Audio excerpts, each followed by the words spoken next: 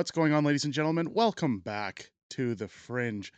It's been a crazy week in politics. We've seen an election happen. We've seen Pierre Poilievre shockingly lose his seat in Carleton, now announcing he's taking one in Alberta. We've seen mass talks of division and separation within Alberta. All of that could be coming to an end. And I want to talk about a press conference that Danielle Smith is about to bring up tomorrow, why I think it's probably not what we're hoping it is, and what this may mean for Canada moving forward. The big question being, is Alberta separatism already falling apart? I sure hope not, because the over-swathing number of signature pledges that came in just a short period of time, absolutely staggering, and it would be good to see from Danielle Smith. Now, over the weekend, there was a rally of sorts at Alberta Legislature. I'm going to show a little bit of that. Unfortunately, I wasn't able to be there. Cian Bexty, though, however, tweeting out about Danielle Smith's address announcement. And again, this has me a little bit worried. Now, I will live stream this event tomorrow. So anybody wanting to see live or see reactions to what Danielle is going to say, please make sure to join me at 2 p.m. Pacific time, 4 p.m. Central for Danielle's announcement. It's going to be crazy. Let's take a look at what Cian Bexty has to say here. I've been told by a source close to the Premier that Danielle Smith is not, I repeat, not announcing a unilateral declaration of independence on Monday. Disappointing. Now, if we go to Danielle's statement, this Monday at 3 p.m. Alberta time, I will deliver a live address to Albertans on the province's path forward with the federal government following a special meeting with the Alberta Government Caucus. Now, we all knew she was having her meeting on Friday. I'm not sure what's going to come of that, but it says tune in live on Facebook, YouTube, and X as I announce the bold steps our government is taking to chart a new course for a strong and free Alberta. So you would assume by that statement that she was going to talk about, hopefully, people's drive for a referendum. And I've spoken on other videos about how she's playing a little bit coy on this, and rightfully so. She should. There are many legal reasons that she cannot promote a referendum. There are many strategic reasons as to why she cannot promote a referendum. But there's been a lot of talking within social media outlets, between news outlets, circles on the internet, that Pierre Poilievre's seat run in Alberta is not just a safe seat for him, but so that Pierre can be more centralized in Alberta to push back and fan the flames of referendum. The question I have after his loss on Monday, now again, I'm still in his camp. I'm sorry he lost, but are Albertans prepared to listen to Pierre after his loss if he says just give it another 4 more years? And maybe we'll go to the polls. Maybe we'll see change then. Hopefully, I'll bring it home. Whatever he's going to say, are Albertans prepared to listen? Hopefully, he would have some form of platform to push that. We've seen Mark Carney addressing the nation, basically stealing every one of Pierre's policies. So far, in fact, bald lunatic who called Pierre Poilievre a dick on CBC, David Cochrane, even had to bend the knee and admit that this was Pierre Poilievre's platform, the axe the tax, build the homes, and stop the crime. So the question is what is Pierre Poilievre going to bring to the table to fan the flames of divisiveness? Many people have said that this press conference is going to be Danielle Smith speaking that she had a talk with Carney, how she's going to try to work alongside him. I kind of feel that no matter what happens here with Danielle's press conference, it's one of those, you're damned if you do and you're damned if you don't. There's going to be a large amount of people that support her if she mentions referendum, which I don't believe she will. And there's going to be a lot of people in the referendum camp that may start to turn in terms of her support should she say she's going to work with Mark Carney. The fact that Alberta is slated provincially to be our next election that we're going to have to face at the polls, with Naheed Nenshi, or Nenshit as I call him, pushing towards leadership with the NDP, what will this mean for Alberta moving forward? I think if Mark Carney's in office and Nenshit gets in, we're done. We're Alberta. You won't even hear talks of referendum anymore. You'll hear it amongst the people, but no acknowledgement. The government will shut it down. And this is where I've said that things are so delicate right now. We have to be precise. We have to be very calculated how we do this moving forward.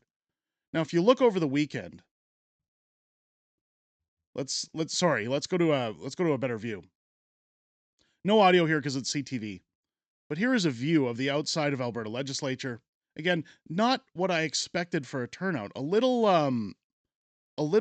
sparse to what I thought was going to be a massive turnout at the Alberta legislature. And again, that's not to that's not to say that separatization is off the table or that it's dying out. These rallies will grow over the summer. Again, this was very quickly organized, and that's part of the problem that I want to get to with this whole movement. I think this rally, in my opinion, while I support what Alberta is talking about, it should have been off the table. What we need in Alberta right now are people like Keith Wilson, like other lawyers that are looking at how we organize this, how we undertake this, get your commitment for signatures, get a movement going, get your grassroots movement going.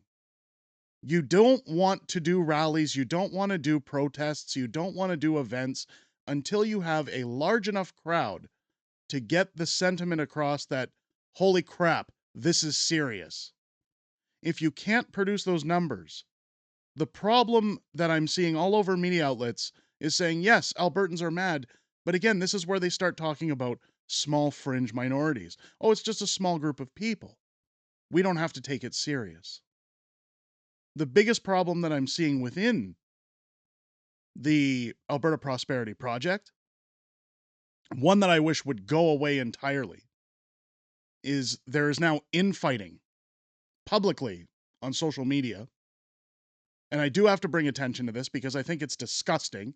And I'm also questioning if some people are trying to derail what's happening in Alberta, because it's turning into a bit of a member measuring contest. I feel like some people want to have a higher stake in this than others. Some people wanted their voice to be heard more than others. The Alberta Prosperity Project is doing a good job so far at getting committed signatures. Again, they should be focusing on the business end of things. How do we get the numbers? How do we put a party together? How do we get a face for our movement? The problem now is you've got numerous people jumping on board. I'm going to show here Jason Lavine. Again, Jason Lavine, I'm sure you know him. He's been all over YouTube. He's had his videos, his journalism. He recently ran for the PPC in Alberta in Parkland County, my riding, and immediately jumped on Alberta Prosperity Project, and that's okay. He's allowed to. I want to make it very clear. I'm not criticizing Jason Lavine here. But now he's going to war with Marty up north publicly on Twitter. Marty had made a statement that Jason Lavine was in the PPC, that we don't want any political people attached to the Alberta Prosperity Project, but Marty's calling it a joke. Marty, from what I understand, and again, I could be wrong, I couldn't find it anywhere online. I've been told Marty started his own petition for signatures. I don't think that's true because I haven't seen anything about it. But this is the problem when you're unorganized, when you run into these things. And this is the problem where things are going to start to fall apart. Keith Wilson has been doing an amazing, amazing job at getting the message out. A number of lawyers, including those who are at the head of the Alberta Prosperity Project, have been doing a fantastic job. But I tweeted out over the weekend, the problem when you have this infighting with influential people, is that all it's going to do is sow divisiveness within divisiveness. You're going to break apart any movement you have. You're going to derail the entire process. How are we going to get support when we can't support each other? Now, many people know this channel for divisiveness. People know that I jump in, that I'll attack other YouTubers, I'll attack other people when it's necessary. And while I'm prepared to do that to an extent, I have announced over this weekend I'm taking a step back from the drama. People like drama. I'm more worried about my country. I'm worried about my province.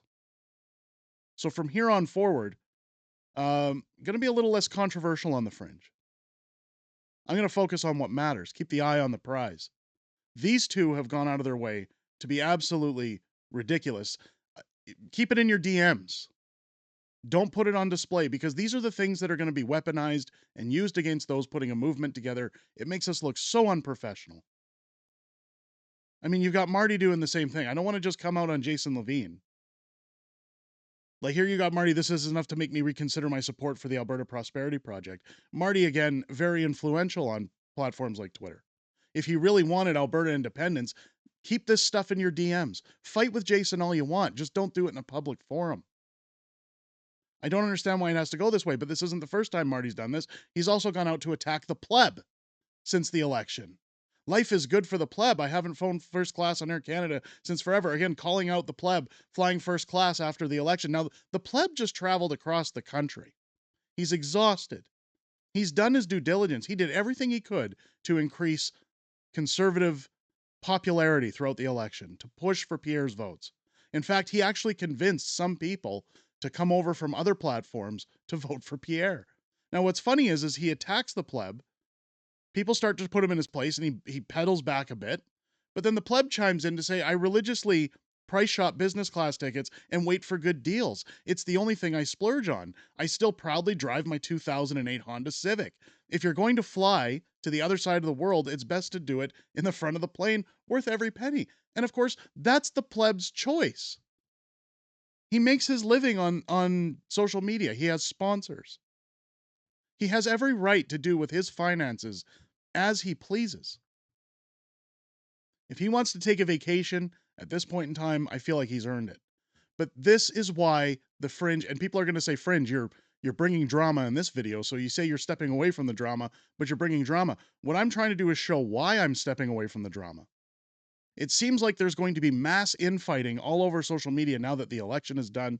People calling out other people. I know the pleb has taken a ton of abuse. Viva's taken a ton of abuse. People are starting to get called out on every aspect instead of everyone working together.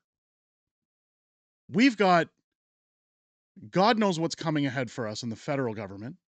We've got a province and multiple provinces on the brink of talking about referendum, not just Alberta. Our country is falling apart. What Danielle Smith has to say tomorrow is going to heavily affect where this movement goes moving forward.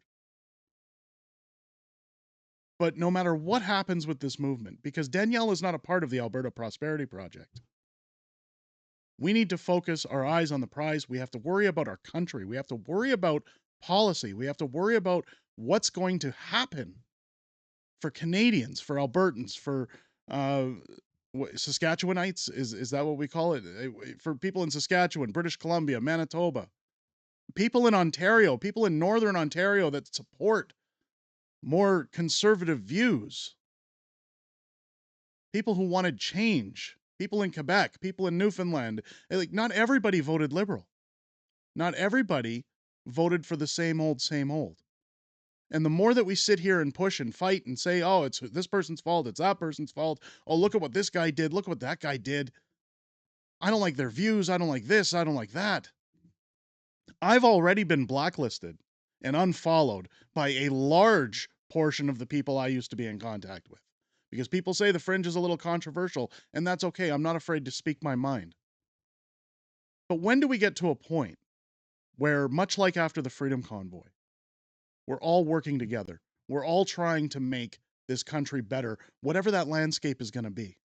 Whether it's Alberta seceding along with other provinces, whether it's trying to find a way to swaft our way through the problems that we're going to see from a Mark Carney government. Remember that it's not just Mark Carney. Just about everyone from Justin Trudeau's original team is back on the docket.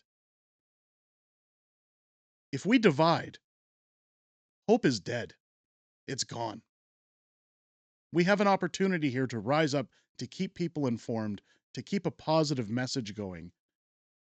I'm not saying you can't have your opinions, but pick where you push those opinions, pick where you present those opinions. I know I've done a bad job of it, and that's where, again, I'm pledging to do a better job moving forward because I've got my eyes on the prize. I know what's important to me. And what's important to me is not about being right. It's not about winning an argument or a fight. It's about pushing the message that this country can rise up again, whether it be through Western separatization or whether it's finding a way to get back to the polls and hopefully see some change in this country. Wherever we end up, folks, this channel is going to do its best to try and remain somewhat neutral and give you the facts and get the points out to make sure that you're getting what's important to you. I'm bowing out of this three-ring circus so that you get what you deserve.